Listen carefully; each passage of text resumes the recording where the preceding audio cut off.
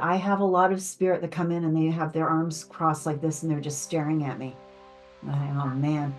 Then I'll say, I believe this spirit person was a quiet individual, probably introverted. Is that correct? I usually get a yes on that. And then they open up because, she got me. It's almost like a little test from the spirit world. So not only do I get tested by my clients, which I don't appreciate, I also get tested by spirit.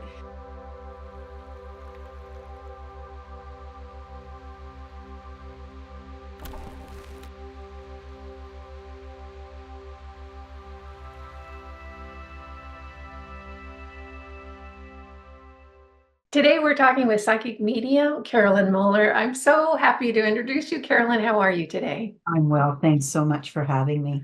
Oh, I'm so glad that you're here. I followed your work for a while. I'm a big fan.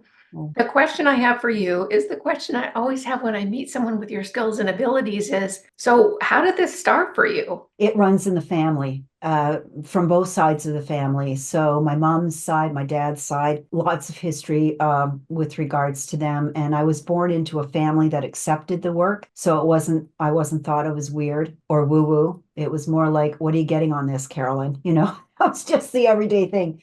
And there are three of us, and two of us are professional mediums, and the third one is so intuitive, she blows my socks off. So it runs in the family. It's a genetic thing. And I've been, I remember when I was 5 years old, my mother asked me a question and I gave her an answer. And she said, "Oh, come on, Carolyn." And I said, "Mom, if you don't want to know, don't ask." I mean, I was 5 years old and still, I was so sure of myself. And I've always had it. This is my normal. I knew when I went into high school, we don't talk about this stuff. Some of my friends who have found out, who were in high school with me, are like, "What? You're the straightest person I knew in class. And what are you doing with this?" But it was just part of my life. And when I was about 18 years old, my sister and I wanted to go see a medium who has now since passed away. She was very well known in the community. She worked with the police. And I think that because of that, there was this kind of negative energy around her because of her work, not because of her. And I had a reading that was so frightening to me. I mean, I came out there with tunnel vision. I was just so upset. And my sister said, "Well, let's do some retail therapy." So off we went to a department store, and I was looking at a set of sheets, and I wanted to get a set of double set of sheets, but I had a twin. And out of my mouth, instead of saying I want to get a double set, I've got to find a medium. And I went, okay, where did that come from? Right. And the first picture I got in my head was my father. Now, God bless him. He was very close to the vest, loved little kids and animals, but just didn't know what to do with adult children. So it was like, I was so surprised that I would hear from my dad or see my dad in my head, not knowing at the time that's my clairvoyance. I mean, it was always so natural. I never had any labels to it. Anyway, I was so upset. I called my dad and I said, "Look, this is what's happened. Can you help me?" And he went, "Well, I'll take you to my psychic." And I went, "You have a You have a psychic?" psychic? I know. I don't, yes. So I was taken to Reverend Sadie Nickerson, who was a spirituals minister, and she lived in a third floor walk up. Not a lot of money, sat at her chrome and arborite table in her kitchen, where my dad went into the living room and shut the door. And I took one look at her and I burst into tears. And Oh, she looked at me, she squeezed my hands and said, "Let's start again." And I was hooked. It yeah. wasn't my first reading, but it was what got me into this work. So, Okay, yeah, let's back that's up me. just for a little bit because it sounds like you had skills and abilities way before any of us were even figuring out how to tie our shoes. Yes, yes, I have to And admit. I think that probably the challenging thing for you is that you thought everybody was seeing what you were seeing or perceiving what you were perceiving because you were so young. Can you tell us some of the things that you perceived or caught on to as a youngster that you realize now that not everybody did, and how you ended up integrating? You must have felt like you had a secret code or something. It was my normal. I didn't think that I had anything one up on anybody. I thought everybody thought like this. I just was able to figure things out really quickly. And I thought my first gift was clairvoyance, which being able to see, like with the third eye, but it wasn't. It was claircognizance, that just that knowing. And as a child, you don't question these kinds of things. As an adult, we are, rules, regulations. If it doesn't isn't logical, what is this about? But as a child, you just accept. So I have to say, there have been so many things in my little childhood that I can't even remember. They were just like everyday occurrences. Like I knew if somebody was sick before they were sick, and I knew I couldn't walk to school with them, or um, I knew that what we are going to have for lunch when we got home from elementary school. And to me, little things that were just like practice for what I am today. Yeah. So when you got to high school, you said you knew that you just didn't talk about it. Right. Was it coaching from your family? Was it the Oh, interaction or the reaction you got from people when you kind of talked about something that they didn't see that you did? exactly. It was my friends. And well, Oh, the way they looked at me like, oh, come on. Are you kidding me? I thought, okay, this has got to be kept to myself. Because as I said, in the family, it was normal. oh my gosh. Yeah, like both my mom and dad had exposure as young people too. My father, as I said, had a psychic. His father, my grandfather, went to see one weekly, which I do not recommend. And my mother had her parents with seances in the dining room, and happened to know the medium who worked with Prime Minister Mackenzie King. Yeah. So Wow. yeah, it goes back. Yeah. What a gift for you to have so much support and encouragement from your family. That's rare. I chose them for that reason. Ah, I can't figure out any other reason why I would have chosen them, but that was it. And I guess to be a psychic medium was the main reason I was to be here. So in my childhood, I chose a family that would support it. So oh, I've never seen it as a problem or as a curse or as I'm, woo woo or anything like that. Because I look like a soccer mom, you know. I I know look you do. yeah. And when I do reveal what I am, they're going, "You're got to be out of your mind." I said, "Well, no, not really. This is who I am." So, Yeah. and I Yeah. like to personify it as something that's normal and natural because we all are intuitive. We just call it instinct. And some of us decide to flex that muscle. That is such a good point, and I haven't heard anybody articulate that. While we do call it instinct, talk to me about why you think that part of humanity has been so shut down. Because we all come in with these skills and abilities. I mean, when we're little kids, we're magical little creatures, and then we get it shamed out of us. Well, Why do you think that is? okay, so I had an experience with one of my children that I think would explain this. So this person continues to be an amazing healer. They would put their hands on me and the migraine would disappear. Incredible work, part of being an intuitive. And they asked me when they were going to university if this was going to disappear. And I said, no, you got to be human. You got to have the human experience. This will wait for you. And when you're ready, it will be back. And I think that's why we have it sort of shut down with society and their more social mores and rules and regulations. I think it's important to be human. I just happen to have an intuitive experience that goes along with it. And there are a lot of people like me. I'm not unusual. It's just you found me. I think you just do it for a living. Yeah, I do. I do. I do. So you went to your dad's medium psychic Mhm. and you thought, and then you sat down and you ended up in tears because it probably felt like a homecoming for you. Yes. Oh, actually, I do want to tell you a story about this. This blew me away. When I got to really know her, because she trained me for 20 years as a psychic medium. And into it, she said, I had 5 children that all lost in utero. And she said the oldest one was Carolyn, and she would be known as the Yellow Rose. And I still have goosebumps when I tell the story because my wedding, which was a year prior to her saying it, were yellow roses because they're my favorite flower. Oh So my I know gosh. that from a reincarnation standpoint, she and I could go back, back, back.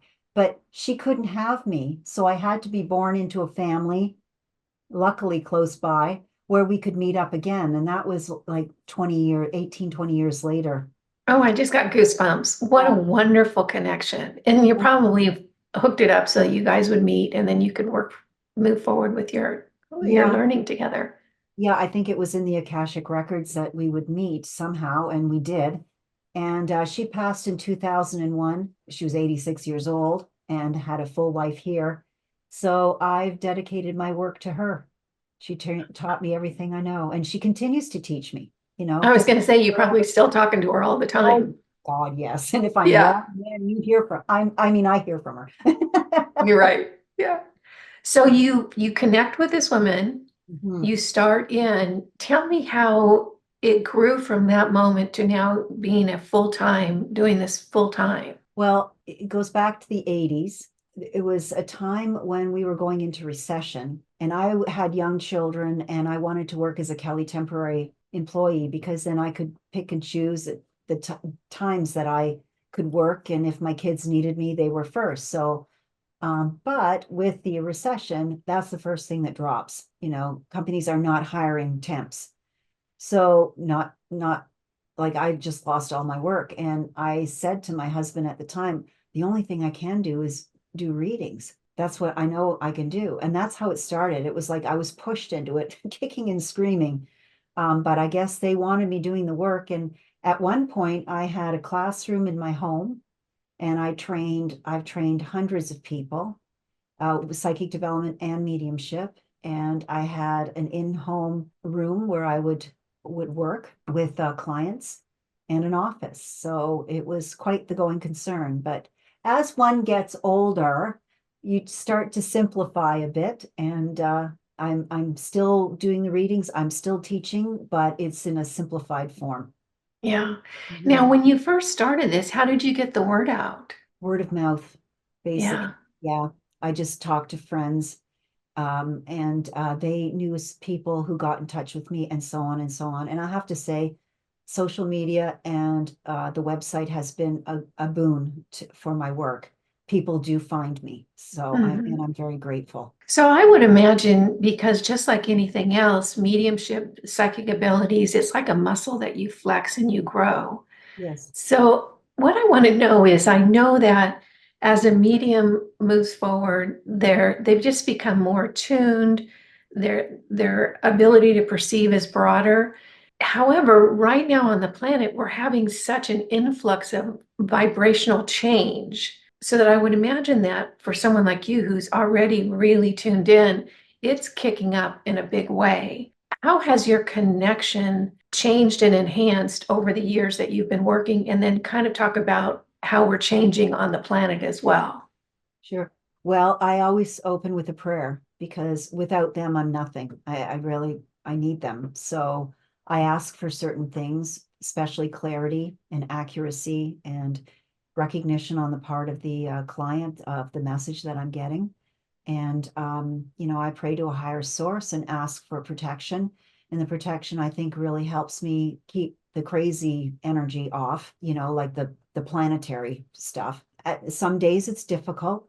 You'll have Mercury retrogrades, or you'll have solar flares. I mean, that's outside of what's going on the planet, and that can be affect the work. But it's just you do the best you can with what you've got, and know that you're not perfect. Somebody told me that a psychic or a medium, if they're 80% accurate, that's really good. I strive for much higher than that. But yeah, so there is room for error because this is not a science. So I rely on prayers, and I rely on being grounded and present with the work. Yeah, and when you talk about accuracy, you're not only dealing with people in physical, in other words, you perceiving the message and then communicating it, but you're talking about someone who's not in physical, and they may or may not have really honed skills in getting the communication across. I would imagine that there's some spirits that talk to you that it's just clear and you're right on and spot on, and then others you're kind of like reaching around for the information. Is that correct? Yes, that is. And a lot of it's got to do with their personality. I have a lot of spirit that come in and they have their arms crossed like this and they're just staring at me. Oh man. Then I'll say, I believe this spirit person was a quiet individual, probably introverted. Is that correct? I usually get a yes on that. And then they open up because, she got me. It's almost like a little test from the spirit world. So not only do I get tested by my clients, which I don't appreciate, I also get tested by spirit. So yeah, Yeah. And what that's I've heard, and it sounds like this is the same for you, is that until you communicate the piece of information they've given you, you're not going to get the next piece. yeah, that's true. That's Why do true. and I find that out in my own life and just little, baby psychic things. Why do you think that is? Well, they they don't want to overload you. They have a point they want to get across, and they're not going to move until you get the point across. And I've used this example before. I was in front of 400 people at Lilydale, New York, giving messages.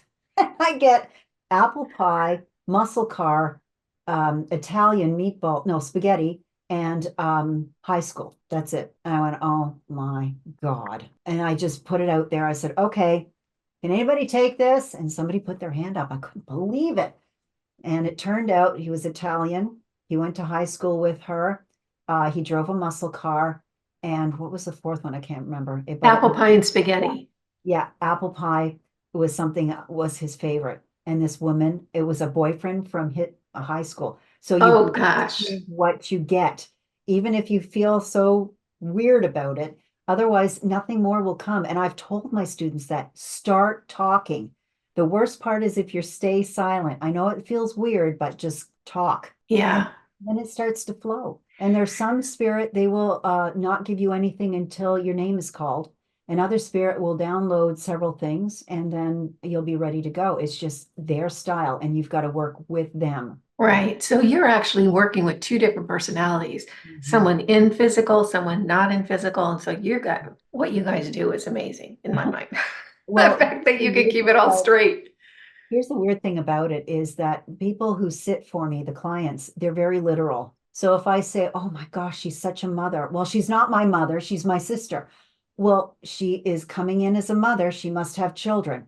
Well, yeah, she has three. They mean a lot to her. That's what, it's like, oh, I got to explain myself because spirit's not being accurate enough to give the information that is what the client feels is pertinent to them. Yeah. Yeah. So think of it, there's a reason why we're a medium because we're the medium working with this, it comes through us to this, right? So we are Hmm. just a medium by which information flows. We Yeah. have Oftentimes we have never met these spirit people. How would you expect us to know about them? Give us a break. I know. And that's so true. It's taking the information and applying it in a way that maybe that it wasn't the first glance way to apply it. Yeah, the client has to work too. They have to work with me, you know. Mhm. Yeah. Mhm. So you mentioned that you've been teaching mediumship for probably, it sounds like a couple of decades now at least. Yeah. How do you work with someone who may or may not believe that they have the skill set but want it? How do you walk them through kicking back online all those skills and abilities that we came in with, then we shut down? How do you fire them back up again? First of all, they have to desire it. I'm really an observer. I help them along, but it's up to them. I will give them homework. If they don't do it, that's their thing, right? But there are certain steps that I take and I will actually be reading with them. It's called linking. And I don't recommend my students to do it because it can be exhausting when you're linking into everyone. And I'll say, well, did you see this? Well, yes, I did. Okay, speak to that. What do you see? So I'm just kind of bringing them through all the steps that they experience. And once they get the feeling of it, like there is a pattern to it, they become more sure of themselves. So initially, it's just saying, you know what, you're going to feel silly. I still feel like I'm making stuff up. Make stuff up and let's see what happens. And that's how we get at it. Mhm. Yeah, I find it fascinating and I love the process of, oh, that's what that means. Oh, I did see that. Oh, I did feel that. And when you start connecting on, well, that's how the communication happens, then you can just continue to grow that muscle. Well, a lot think of about fun. it like dance. You learn a couple of steps and then you practice that, and then you learn more steps to go with it, and then you practice that until you got the whole ballroom dancing thing happening. So that's how it works, step by step by step. Yeah. My hidden desire, I'm gonna be a medium when I grow up. So I Good. want to talk with you about how you manage your time in your life, because if someone on the other side knows that you're able to connect and communicate, I imagine they're bugging you all day and all night. So how do you turn it off? How do you keep them in check? How does your life, how do you have a life with yourself when there's all these energies around you wanting to interact with you? Well, they know better than to do that. And if it is somebody for a reading, I'll just say, you'll have to hang in there till I meet your person. So, no, I'm not listening to you. And I just shut it off. Yeah, it's a trained thing. At one point, it was like I was on all the time wanting to give readings to everybody, and I actually got sick and was hospitalized for it. So Oh, I learned, yeah, my whole neurological system kind of shut down because you exhaust it. It's your spine where everything comes out. It's your brain and all that's connected. And if you overdo it, you pay for it. So I just don't accept it. And I'll just say, wait until it's your turn. And that's it. And I won't listen to them. And I won't. Now, that being said, if it's for me, I'm on. I will hear that. We had a passing in our family. It was my grandpuppy, and I love him so much.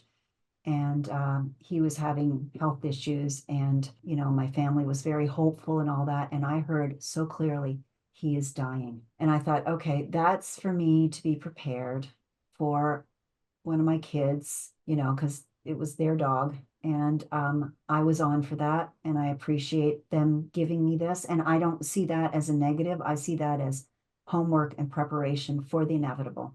yeah. So, yeah, it's all how you take it. Doesn't have to be Mhm. negative. Here's a question that I have. When we transition out of the meat suit, as I call it, Yeah, me too. into Me too. oh, you do? Because it's just a meat suit. I mean, when we transition out, so there's people, and I call them people, not necessarily spirits, they're just people without a meat suit or a body. How do they know, like what is it on their end that they can see someone like you who perceives and can hear them? Do you light up for them? Do they talk amongst themselves and say, hey, I used her before, she's good, or she'll, what's the scuttlebutt? How do they find you? It's with your soul light. So I guess mediums have a different color or brilliance or brightness. I'm not saying we're special or anything like that. It's just they know we are like a lighthouse for them. I had one, it's actually, there's a blog on my site. I can't remember the name of it. Find My Medium is called. And see, Sadie just told me that. And it's basically a man that found me who had a debilitating disease, knew he was going to pass and needed some information. And we talked back and forth, this and that. And anyways, he passed away. And then he impressed his wife with my name. You've got to go and see her. Yeah. Wow. Yeah. And then he came in and talked to her. Isn't that cool? So, Yes. and that's happened to me. And I've also heard other people say, well, I've somehow your name came up, which I think is how spirit gets information to people. Somehow it came up, and I just felt like I needed to call you. It was my instinct to get in touch. So yeah, they work it. They do, and I really appreciate it. Yeah. Really Yeah. do. Got a team working for me, a marketing team or something. And I think that when you really catch on, there's an entire network around you of spirits and family members that we are so not alone and we're so being helped. All you have to do is open up to it and accept it. And it's And comforting. you never pass alone, even though you might pass in the middle of the night from your meat suit. You are greeted by those who have gone before you, those who love you and care for you. So, Yeah. and four-legged creatures and winged creatures as well, if you've got them in your life. So you never pass alone. Oh, And you know that's, what? When you think of it, death is a natural part of life. That's part of the condition of being on this planet. We have to pass away in order for us to live here. So, why wouldn't all these things be put in place to help us? yeah. Yeah. And I heard someone say, because this is such a challenging reality system, Mhm. we wouldn't agree to come unless we had all these connections and all this help. I think we're on drugs, quite frankly, on the other side to want to come here. It's like nuts.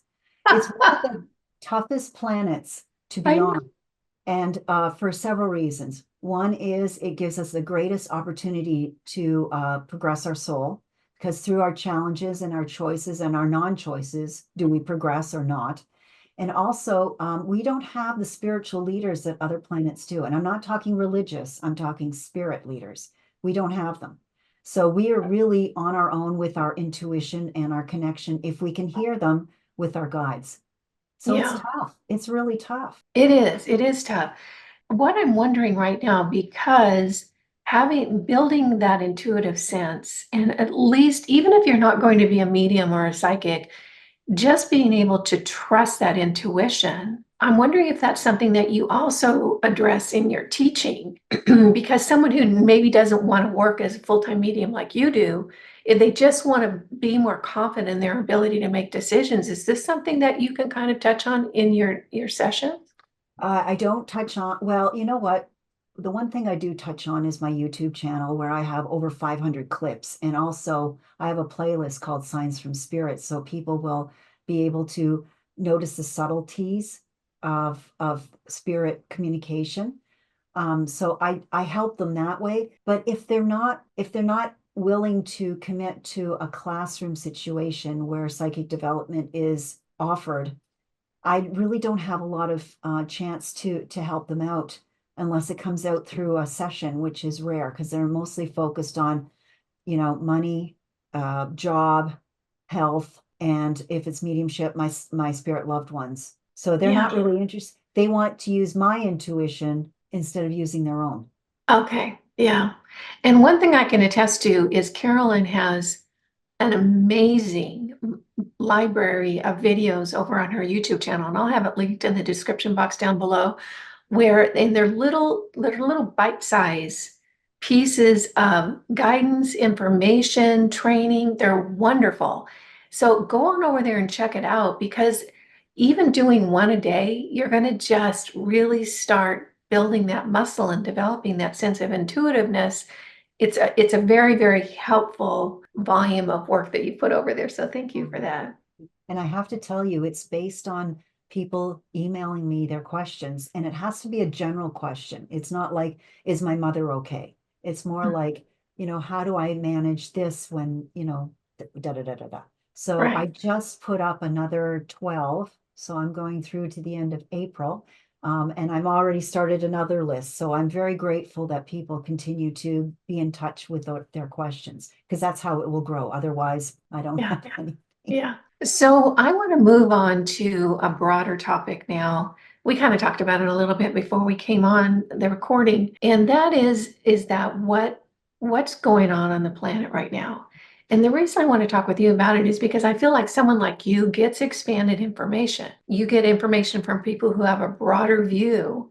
So it's very challenging on Earth right now. At least that's my perception. Maybe it's yours too. I mean, Earth is hard on its own, but we're going through some big stuff right now.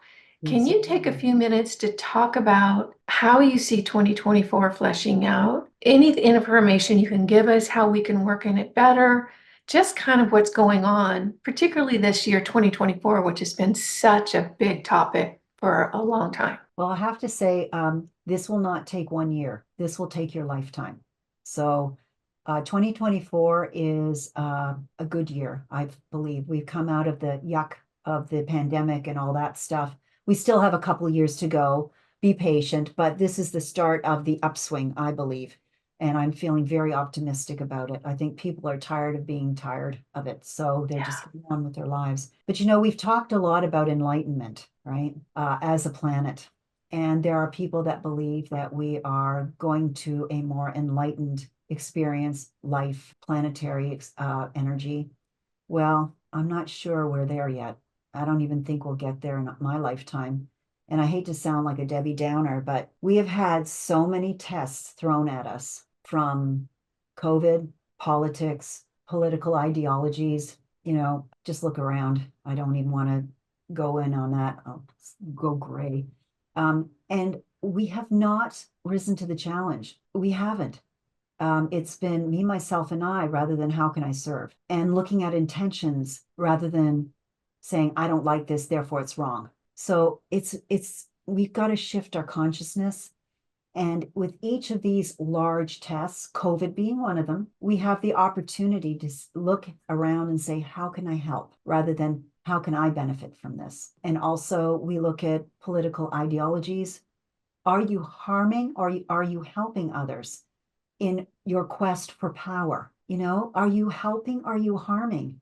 And when you come up against this, I feel that those who are in the light are cowering from it. You know, they're not doing anything about it. They're messed up in their bureaucracy and instead of us stepping on anybody's toes and, you know, etc. So we still haven't got it. And we still have a long way to go. And I'm sorry if you don't agree with me, don't listen to this part of the interview. But yeah, I've been disappointed. And you know, how can you change this? And I know this sounds so trite, but prayer. I was with a friend of mine who's a spiritualist in the US, and her printer went off twice. And she said, you know, did you hear that? And I said, no. She said, well, if it went off once, I know it's for me. And when it goes off, it means it's time to pray for world peace. But when it went twice, I thought, no, it's got to be for both of us. I said, fine, let's do it. So we just had, she led in prayer to put that energy out. And, you know, if there are more people that are doing something like that, perhaps it will influence those who have the ability to change things. We will change things one prayer at a time. So it's not for nothing. It's not that we can't do something. It's whether or not we think about it or see if it is important enough or influential enough to do it. So I wish I could be more optimistic. I really do. And I see so much more mental illness, people coming to me, and I'm really not that. You know, they really need to see a healthcare provider, and I will tell them that. But a lot more young people are really feeling it, and yeah, it's just I don't know how long it's going to take for us to get it, for us to see the light. I really don't. I don't know whether I'll see it in my lifetime. You know, I'm going to go out on a limb here and state an opinion that I have, and that is that I look around at humanity in a lot of the cultures. And, you know, we have so many different cultures on the planet. Some I believe that we would look at as less advanced, that I see them as more advanced. They're more in the heart, they're more connected to Mother Nature, they're more into their intuition, but we would say that their lifestyle is less advanced. The more advanced populations, technically advanced or technologically advanced, I would say they're the less mature. They're less connected to their intuition. They're less connected to Mother Nature. They're less self-reliant. Why do you think we are so stuck in what I kind of call in a lot of cultures as kind of a terminal immaturity? What do you think that's about with the humans on the planet? They put science before intuition. So can you imagine what would happen if the power countries that you're talking about had a power outage, I right? know. You know, those are the ones that need to take a good look at what they're doing. I know of a country that had no television coming in, and they were known as the country of happy people. Yes. Yeah, I had a medium friend who used to go and see the leaders of that country, and she said they were always smiling and such a sweet, generous, no crime, nothing, you know, just sweet, generous people. And then they decided to bring television in, and it changed everything. The Yeah. social fabric changed. And if you look at TV nowadays, there's a lot of violence on TV that's mainstream. And we've become so immune to it because it appears to be an everyday kind of thing. There's no consequence to it. It's just entertainment that you see people acting this stuff out too. So Yeah. yeah, I hear you. It's a very interesting, we got to get back to basics, you know, love one another as you would love yourself. You know, that's a basic. And I don't know how far down the rabbit hole we've gone and whether or not we can come out easily, really. Yeah, I don't think it's going to be easy, but I think it's going to be, I mean, we have to shift. We Yes. have to shift because things are not improving. The younger generations are not happier, they're not more productive, they're not more well-adjusted, they're just not. I mean, You know things what? are We're they needing this for them to take yes. care of. It's not right. I think of climate change. We knew this in the 80s. So you had stated earlier that you were optimistic about 2024. I am. I think Tell it's me, tell me the things that you're seeing that we can kind of latch onto and maybe look for as we move forward. I feel that we're coming out of the pandemic scare. I think people have gotten more used to, well, it's here to stay. Like the Spanish flu became the flu. COVID will become something where we're not going to die from it. It's already happened. So that's a good thing. People are out and about and are living their lives more freely than they have in the last 3 years. So that's positive. I feel that people are taking more risks with finances in a good way, opening up businesses. I know a lot of them are closing down, but some of them are trying a new lifestyle. I feel that there's more optimism, and I'm banking my business on that. You know that there's more optimism, and yeah, I just want to see how this all turns out because it feels different. I looked up 2024. I've got it written down here. If you don't mind me sharing it with you, it's an 8 year. And 8 is the number of power, material, financial gain, achievement, reward, status, and satisfaction. The 8 year vibration will provide the means, the personal power with which to change the status quo and accomplish a significant goal that will alter the direction and quality of your journey. So here's to a great new year. Yeah. Oh, That's that's awesome. lovely. Yeah, that is Thank you. awesome. You're That's welcome. awesome. Yeah. Carolyn, this has been so fascinating talking with you. I've watched your journey over the years. I've watched your YouTube channel. I've enjoyed all of it. How do people find out more about you? Well, you can go to my website. It's www.carolynmolnar, that's LYNMOLNAR.com. And there's a lot of stuff there. You can join my e-newsletter that I send out monthly. I've got blogs that I put up monthly as well. And you can look and see about my work, what I do. It's quite an extensive website. We've also talked about the YouTube channel, which I put new information up weekly. And I'm on social media at Carolyn Molnar for Instagram. That's mostly fun stuff. You know, I send pictures of things like sweet potatoes that are piled up to the ceiling. Food. Yeah, just weird, fun stuff. And I'm also on LinkedIn as well. Okay, wonderful. And are you still doing private readings? I know a lot of people are looking for a good medium, and I get people asking me all the time, who's a really good medium?